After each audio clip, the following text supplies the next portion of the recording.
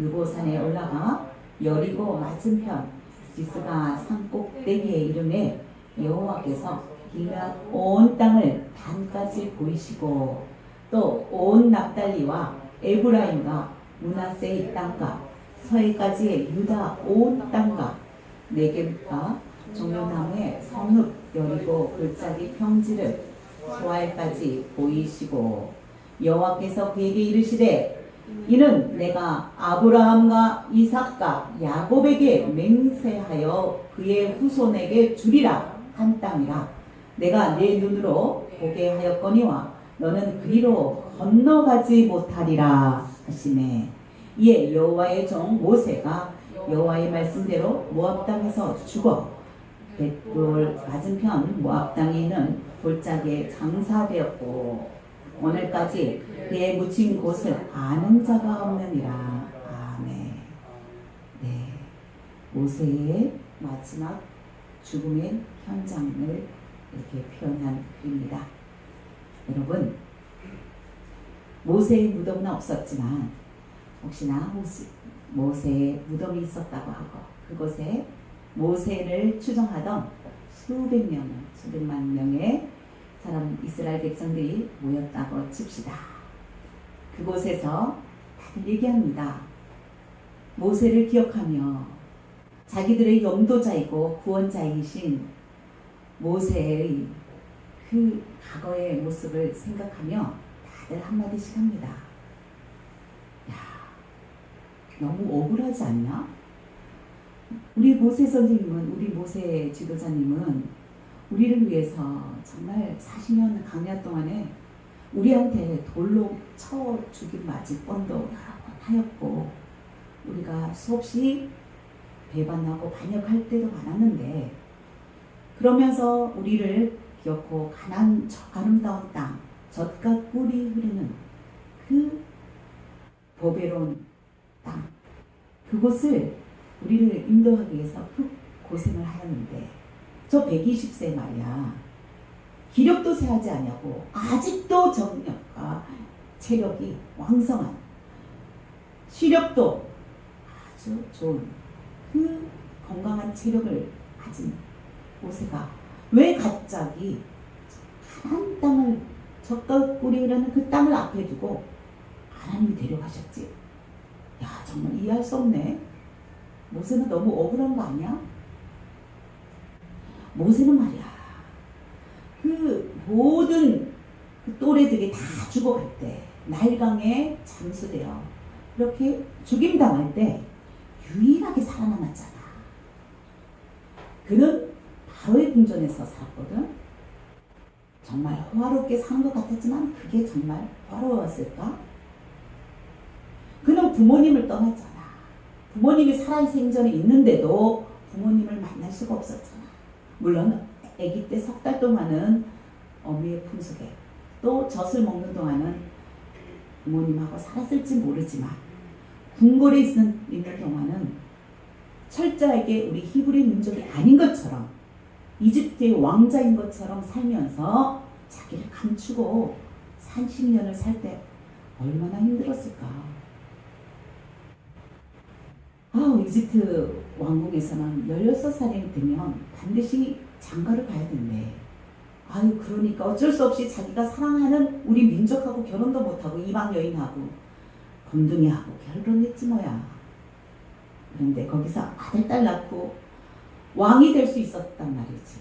제왕학을 배우고 수많은 운변술과 교육을 최고의 엘리트 교육을 받았는데 말이지. 근데 40세에 급세 우리 민족을 구원할 거라고 왕성한 불에 타는 애국심으로 우리를 구원하려고 나갔다가 그만 사람을 쳐 죽였대. 이집트 사람을 쳐 죽여서 그때부터는 그는 도망자 신세가 됐지 뭐야. 그런데 궁궐에 있는 16살 때부터 장가든 그 아내와 자식들은 어떻게 됐을까? 우리는 본 적이 없잖아. 한 번도 모세가 자기 옛날에 이집트 궁궐에 살았던 때에 가족들 얘기한 적이 없어.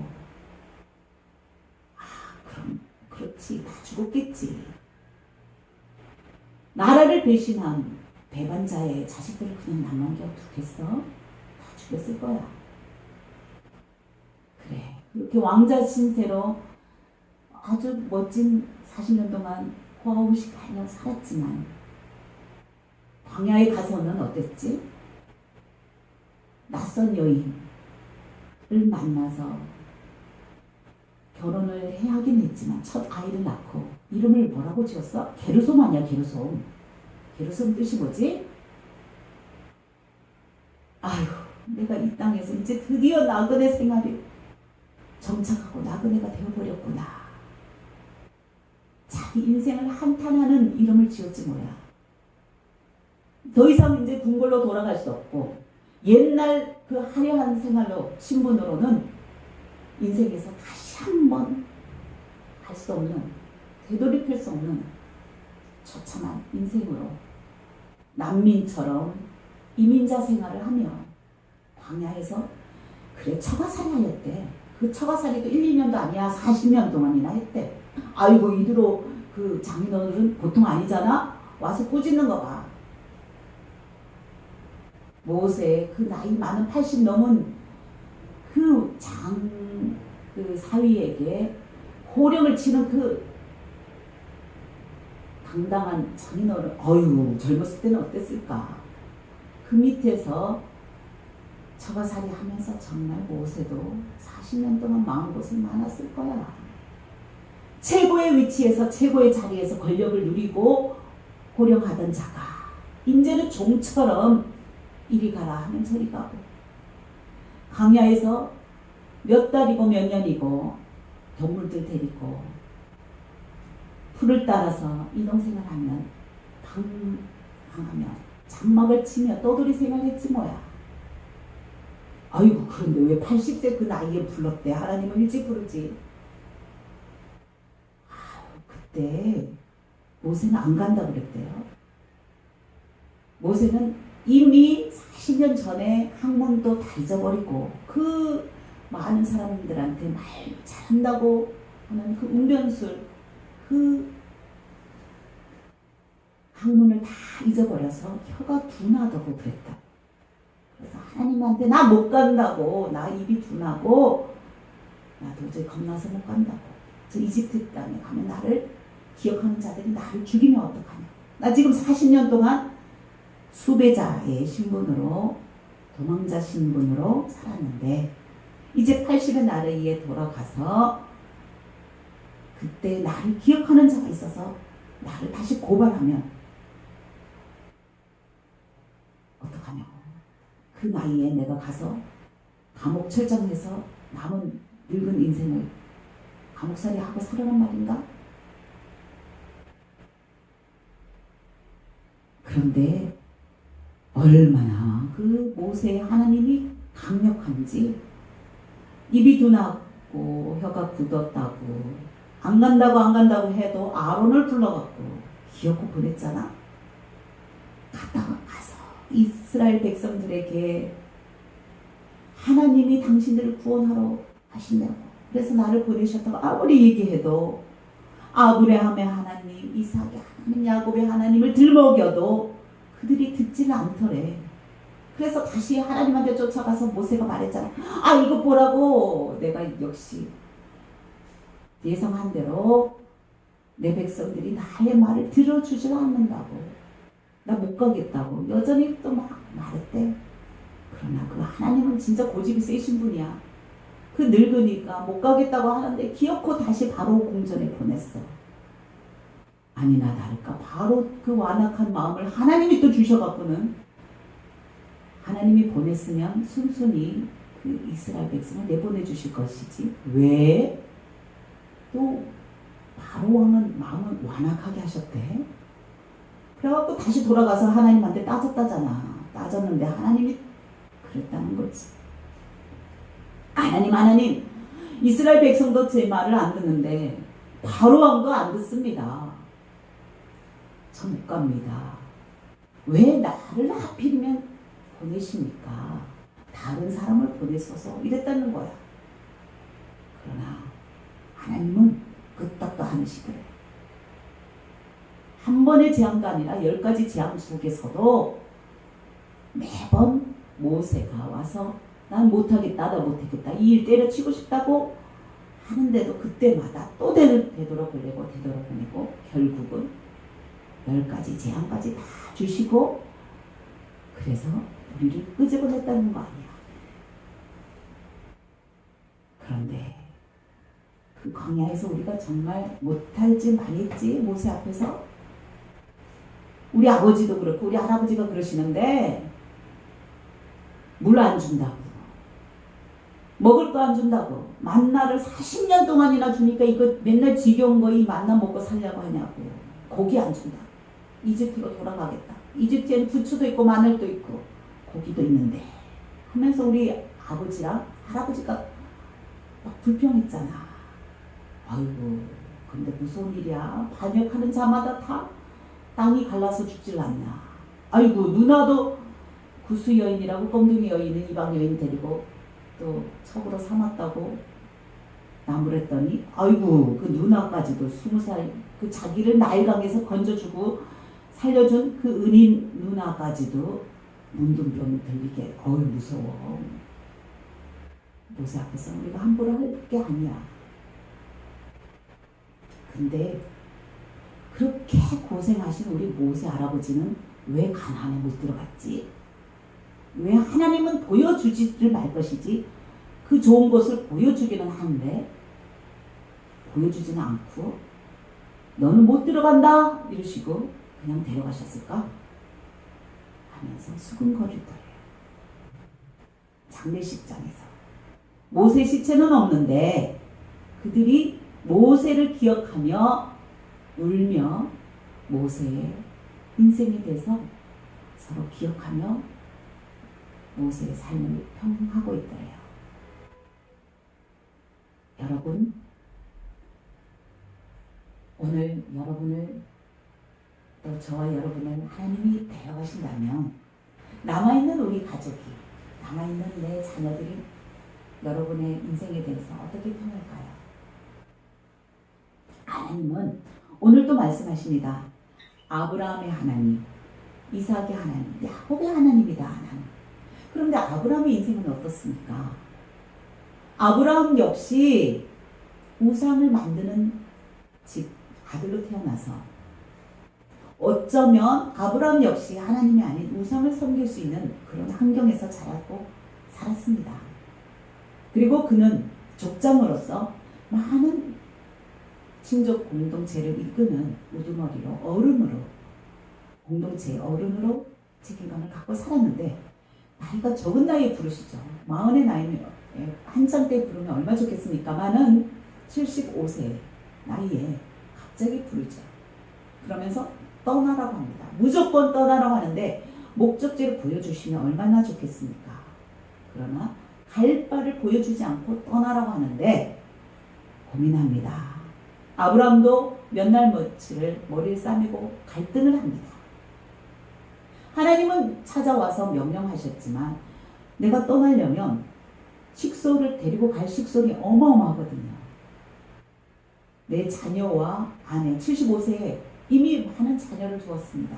아니 없죠. 자녀는 없는데 그 조카라든지 하인들이라든지 그 가족, 자기가 먹여 살리는 책임져야 할 가족이 엄청 많은 거지.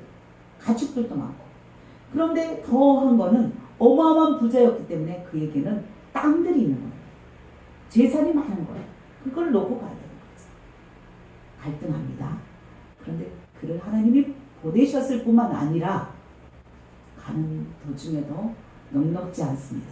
분명히 하나님의 축복의 말씀을 하늘의 별까지 보여주시면서 별보다 많은 후손을 줄 거라고 하면서도 아들을 안 주는 겁니다. 이 아들을 안 주는 기간이 25년째.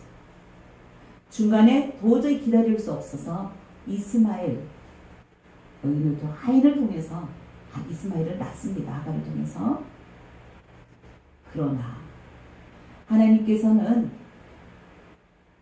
아브라함이 순종하지 않을 때는 한참 몇 년을 나타나지 않으시다가 다시 찾아오셔서는 명령하시는데 그 태어난 이삭, 하나밖에 없는 이삭, 이제 정말 중고등학교 된 그 잘생긴, 어떤 분들은 33살 예수님의 나이라고 추정하기도 하는데, 어쨌든 한참 꽃미남일 때입니다. 체력과 아주 잘 인생에서 꽃이 막 활짝 피고 있는 꽃다운 나이의 아들을 제단에 번제물로 산채로 하나님께 바치라는 명령을 하는 거죠. 그렇습니다. 아브라함의 인생을 봐도 아브라함의 하나님이 전능자 같지가 않습니다. 아브라함을 책임져 주셔야 되는데 그 갈바를 알지 못하고 떠난 인생이라는 것이 참으로 녹록지 않아서 심지어 아내까지도 빼앗기는, 아내 때문에, 아리따운 사라 때문에 자기가 죽을까봐, 또 사촌 동생이긴 하지만 동생이라고 얘기함으로써 자기 아내까지도 빼앗길 뻔한 사건도 있고, 여러 가지 전쟁도 하고, 여러 가지 정말 녹록지 않은 이방 땅에서 인생을 대부분 보냈지. 그 아들 이삭은 어떻습니까? 이삭은 참 순종하는, 말 잘 듣는 온유한 아들인 것 같습니다. 정말 반항 한 번 하지 아니하고 온순하게 아버지를 잘 따르는 순종하는 아들로 표현되어 있습니다. 그러나 특별한 사건은 없어요. 하나님이 그를 들어서 모세처럼, 아브라함처럼 또는 다윗처럼 어떤 거대한 역사를 이루신 건 없지만 이삭의 삶을 통해서 늘 양보하는 삶입니다. 애굽의 땅으로 기근의 때를 면하기 위해서 나일강 그 풍요로운 땅을 앞에 두고 그 국경선을 넘어오려고 하는 순간 하나님께서 멈추라고 하면서 죽음의 땅에 머무르라고 명령하셨을 때도 이삭은 아버지처럼 순종합니다. 순종하였더니 이제는 목축업이 아닌 농사를 지으라고 하는 거죠. 생판 해보지 못한, 나는 평생 공돌이로 살았는데 이제는 한 번도 책상에 앉아서 머리 쓰면서 한 걸 없는데 이제는 내가 해본 적도 없는 그런 직업의 일을 하라는 거예요. 그것도 기근의 때에, 비가 오지 않고 씨가 종자가 마른 이때에 농사를 지으라고 명령하셨을 때 그는 자기의 고집과 지식과 생각을 내려놓고 하나님의 명령한 따라 씨를 심었더니 그 해에 100배의 소출을 거두었더라. 그래서 거부가 됐습니다. 다시. 물론 아버지로부터 재산도 많이 받았겠는데 하나님이 기근의 때에 축복을 하셔서 어마어마한 부를 주십니다.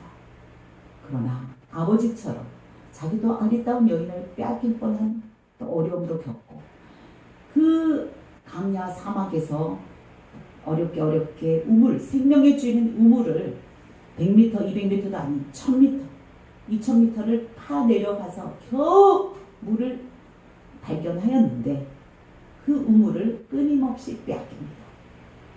또 양보합니다. 싸우지 않습니다. 내어주고 부엘세바까지 4번에 걸쳐 새롭게 우물을 팔죠. 그리고 그는 별로 어떻게 죽었다 하는 거 없이 죽었습니다. 그 하나님이 전능자 같습니까? 끊임없이 양보하고 져주고 손해봐야 되는 그 인생의 이삭의 삶을 이끌어 주시는 그 하나님이 여러분 정말 전능자처럼 보입니까? 야곱은 또 어떻습니까?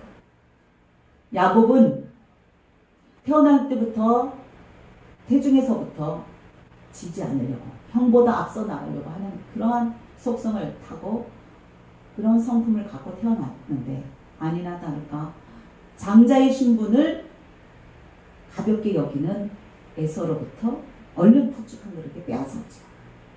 장자를 빼앗아고 형조차도 속이고 아버지도 거짓말로 속이면서 그 장자의 그 권한을 자기 것으로 만드는 그는 침노하는 사람입니다. 그런데 그걸로 인하여서 그는 인생이 정말 편치가 않습니다. 아버지가 정말 부유한 편안한 부자이기 때문에 기공자로 그곳에서 엄마의 사랑을 받으면서 보살핌받아서 살 수 있는데 또다시 도망자 생활을 해야 되죠. 그것도 남이 아닌 가족으로부터 형인 에서의 죽음의 손에 피하여 멀리 가난 다른 이방 라반의 집으로 가죠. 근데 금방 돌아올 줄 알았습니다. 어머니가 보낼 때는 잠깐 형이 마음이 수그러질 때까지는 잠시 갔다 오너라 하고 당부한 것이 그것이 2년, 20년이 훌쩍 지나갑니다. 사랑하는 어머니도 보고 싶습니다. 그곳에서는 자기가 일을 해도 한 푼도 받지 못하는 노동 착취를 당하는, 그것도 외삼촌에게 노동 착취를 당하면서 속임 당하면서 삽니다. 그러한 인생을 사는 것이 다냐? 아내는 오죽 많습니까? 이 아내들끼리의 서로의 질투와 암투 속에서 자기가 참 마음이 편치가 않습니다. 가장 사랑하는 아내인 라헬이 빨리 아들을 낳아주면 평정이 될 것 같은데 라헬이 아들을 낳아주지 못하니까 서로 싸우고 장자가 되겠다고. 그러나 그 요셉이 태어난 건 11번째입니다. 물론 요셉이 태어났을 때 역시 라헬의 그 집안의 안주인 역할을 하는 라헬에 의해서 요셉은 어린 친구로도 집사 역할을 하죠. 관리인 역할을 하죠. 총리 역할을 합니다. 형들을 뭐라 하고 또 아버지의 심부름 따라서 형들에게 전달하고 심부름하는 그러한 한 집안의 두 번째 2인자 역할을 어렸을 때 하기도 하죠. 하지만 그런 인생이 요셉 역시도 그걸로 인하여서 팔려가죠. 형들의 손에 팔려가고 이방 땅에서 노예생활, 감옥생활 하는데 이 야곱은 가장 사랑하는 아들을 잃어버린 것 때문에 평생 그 잃어버린 아들이 정말 죽었을까? 그 아들이 입던 옷에 묻은 피를 봐서는 무슨 짐승에 의해서 죽은 것 같은가? 안 믿겨지는 거예요. 꿈만 꾸면 우리 아들이 살아있는 꿈을 꾸는 거예요. 꿈만 꾸면 요셉이 어느 곳에 노예생활하는 것을 꿈을 꾸는 거예요. 그러니 이 아버지 마음이 편치가 않습니다. 차라리 죽어서 무덤을 보고 시체를 확인했다면 이 요셉을 마음에 묻어버릴 텐데 요셉을 마음에 묻지도 못하고 평생 그 잃어버린 제일 사랑하는 아들 요셉을 갈망하며 130세까지 사는 거죠. 그의 인생은 어렸을 때부터 또 외삼촌 집에서 살 때부터 그리고 에서의 손에 죽을까 싶으면서 노심초사하며 고향으로 돌아올 때도 그는 언제 한번 두 다리 편하게 뻗고 잠을 잔 적이 없습니다. 그리하여 바로 앞에 갔을 때 내 인생의 연하는 130살밖에 안 됐지만 그 마음의 고통이 내 인생이 얼마나 파란만장했는지 자기의 인생이 정말 고생의 그런 삶이었던 것을 고백하는 것을 볼 수 있습니다. 그런데 하나님은 늘 아브라함의 하나님, 야곱의 하나님, 이삭의 하나님이라고 얘기합니다. 모세를 이집트에 가서 그들에게 내가 보내신 신이 누구라고 얘기합니까? 그 신의 이름을 부르면 내가 어떻게 말합니까? 할 때 아브라함의 하나님, 이삭의 하나님, 야곱의 하나님이라고 하라고 한 거예요. 그 무능한 하나님, 자기의 그 택한 백성을 고생시키는 호화롭게 편하게 그렇게 사는 것이 아니라 편하게 살 수 있는 것에서도 끄집어내어서 광야 생활하게 하고 고난의 생활을 하게 하는 그 하나님의 우리를 이집트에서 끄집어낸다면 누가 믿겠습니까? 누가 따라가겠습니까? 아니나 다를까 가나안 땅 젖과 꿀이 흐르는 그 땅으로 보여주겠다고 해놓고 40년 동안 광야 생활에 얼마나 물도 먹을 것도 제대로 없는 곳에서 또 죽음을 위협하는 야생동물만 있는 것이 아니라 가나안 족속들과 끊임없이 싸워야 하는 그들은 전쟁을 해보지 않았던 노동만 했던 노예생활했던 사자들이 이제는 칼과 창을 연마하고 싸워야 하는 그러한 광야 생활을 했단 말이에요. 여러분, 왜 그 하나님을 믿으세요? 왜 그 하나님을 여러분은 믿으시나요? 우리의 하나님은 우리를 편안하게 해주지 않습니다. 하나님이 우리를 부르신 목적은 이 그리스도의 고난에 참여하기 위해서 우리를 택하고 부르셨다고 말씀하셨어요. 분명히 부르신 목적을 말씀하고 계세요. 세상 사람보다 더 편하게 잘 살고 잘 먹고 그렇게 호화롭게 살으라고 우리를 불렀다고 말씀하신 적이 없습니다. 물론 하나님 구약에서는 물질의 복을 약속하셨고 모든 민족이 뛰어나게 해주시겠다고 약속하셨는데 예수님이 말씀하시는 것은 너희가 낮은 자가 되라. 서로 종이 되라. 서로의 사랑의 법에 서로의 종노릇하라. 서로의 집을 지어주라. 그랬을 때 내가 너희를 높은 자리에 존귀 여김 받도록 해주겠다고 약속하셨지 처음부터 상석에 앉게 해주겠다고 얘기하지 않았습니다. 오히려 종노릇하라 종이 되라고 하면서 구약에서 모세에게도 나의 종 나의 종 나의 종 하십니다. 종이 뭡니까? 종은 자기의 의견을 낼 수 있습니까? 아들은 자식은 의견을 낼 수 있어요. 너희 가서 이렇게 해라 이러면 아버지 그 방법보다는 이 방법이 더 좋겠습니다 하고 의견을 낼 수 있지만 종은 그랬다가는 죽음입니다. 처형될 수도 있습니다. 종은 자기의 발언권이 없습니다. 그냥 하나님은 우리를 종으로 부르셨는데 종은 토기장과 같이 하나님의 속에 들려진 진흙인 겁니다.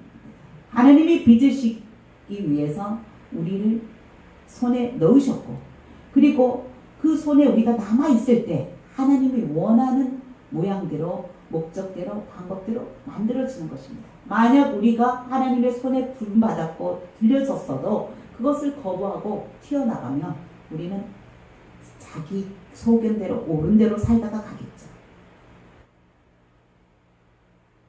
그렇습니다. 우리는 어떤 행동을 할 때 먼저 현상을 봅니다. 현상을 보고 관찰하죠. 관찰하고 우리의 경험과 지식을 통해서 분석합니다. 그리고 갈등을 겪습니다. 내가 이것을 택할까 선택할까 말까? 교회 갈까 말까? 교회 가서 유익이 뭘까? 많이 분석한 다음에 결국 결단합니다. 아 가야지. 아 오늘부터 교회 가려면 내가 삶을 어떻게 조정해야지? 아 주일날은 일거리를 만들지 말고 약속을 잡지 말아야지 하고 삶을 조정하게 되죠. 그런 다음에 행동을 하게 됩니다. 하나님도 그러셨습니다. 하나님도 출애굽기 3장 2절에서 8절 보면 모세를 부르기 전에 하나님이 일하고 계셨습니다. 모세를 택하기 전에 하나님이 어떻게 일하고 계셨나? 내 백성의 고통을 분명히 보았고 이랬습니다. 430년 동안 이집트 땅에서 노예 노역 생활하는 내 백성의 고통을 분명히 보았고 이렇게 말씀하셨습니다. 보았습니다. 그들의 감독자로 말미암아 고통의 부르짖음을 들었고 보았고 들었습니다. 그리고 내 백성의 근심을 알고 이스라엘 백성의 노역하는 그 노예 생활에 백성들이 근심 걱정, 마음의 고통, 염려가 무엇인지를 알았다는 겁니다. 그래서 하나님이 결단하십니다. 내가 내려가서 친히 이집트로 내려가시겠다는 겁니다. 내려가서 애굽 손에서 건져내고 그 땅에서 인도하여 아름답고 광대한 땅 젖과 꿀이 흐른 땅으로 데려가리라 하고 모세에게 말씀하십니다. 하나님 역시 우리의 삶을 우리의 인생을 우리 고통받는 이 땅에 제약된 그 폐역한 삶 속에서 고통받고 있는 우리를 보고 우리의 신음소리를 듣고 우리의 근심 걱정이 인생에서의 원망하였고 때로는 불평하였으며 하나님이 명령하셨을 때도 보낼 만한 자를 보내소서 나는 입술이 둔한 자여 혀가 굳은 자이니 보낼 만한 사람을 다른 사람을 보내라고 말했습니다. 하나님 정말 모세보다도 못한 우리를 불러주셔서 감사합니다. 추악한 죄인 저희들을 불러주셔서 감사합니다. 하나님 우리를 초청하여 주셨는데 우리가 망설이거나 갈팡질팡하는 것이 아니라 결단하고 주님 곁으로 나아가게 하여 주시옵소서. 순종하게 하여 주시옵소서. 희생하며 결단하며 갈 바를 알지 못할 길을 보여주시더라도 주님 손잡고 인도하시는 대로 길이요 생명 되신 예수님 따라 갈 수 있는 저희들 다 될 수 있도록 축복하여 주시옵소서.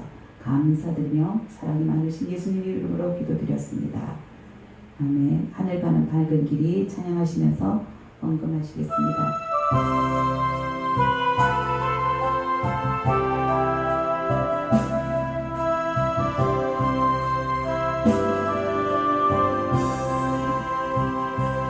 하늘 가는 밝은 길이 내 앞에 있으니 슬픔이 많이 보고 늘 고생하여도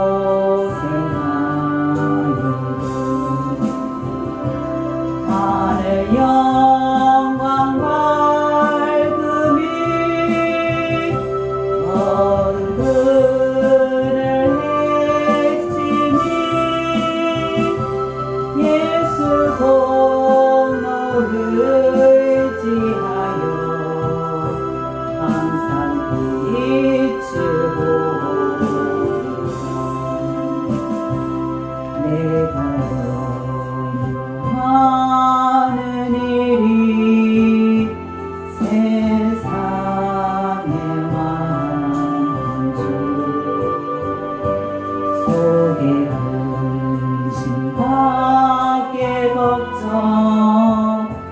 늘 시험하여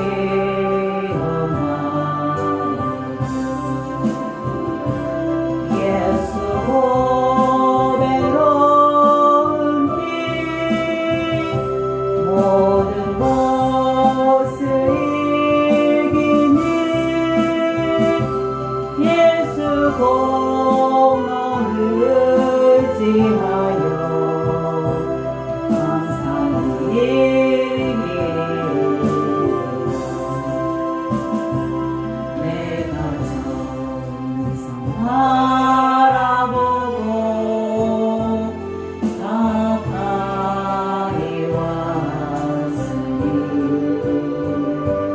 아버지 영광 집에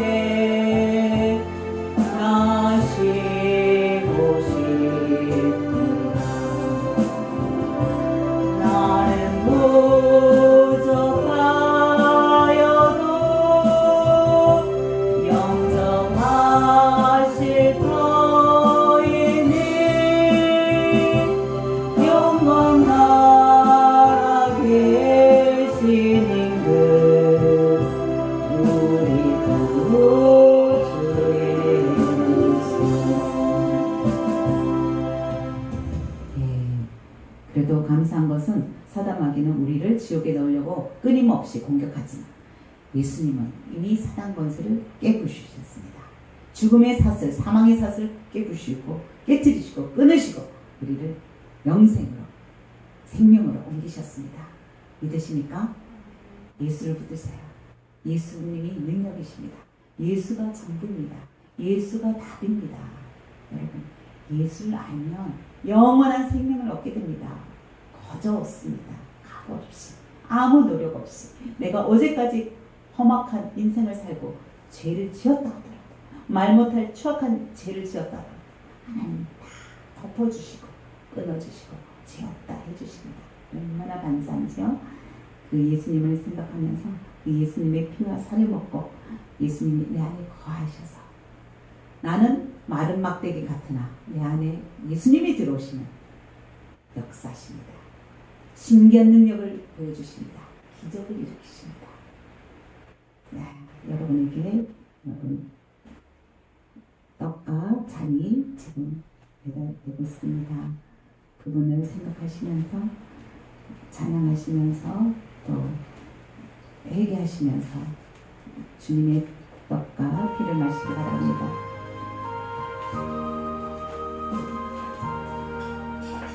순종할 때만이 하나님만이 하실 수 있는 어떤 일을 여러분을 사용하셔서 이루어 주십니다.